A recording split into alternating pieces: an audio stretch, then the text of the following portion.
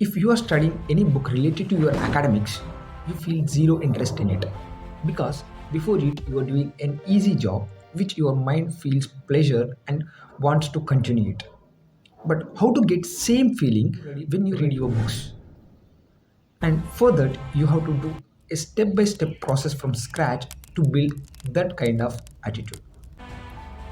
If you want to read books, first start with storybooks or some interesting books so that your mind feel pleasure which you will get same when scrolling social media. Continue this for days or weeks or months along with your academic books so that your mindset will be clear that while reading books also you can get the same pleasure while you are scrolling social media, but your mindset matters here.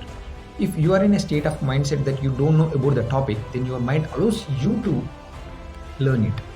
If you think I already know it, then your mind feels that I already know the topic, why have to read? This kind of mindset will ruin your life.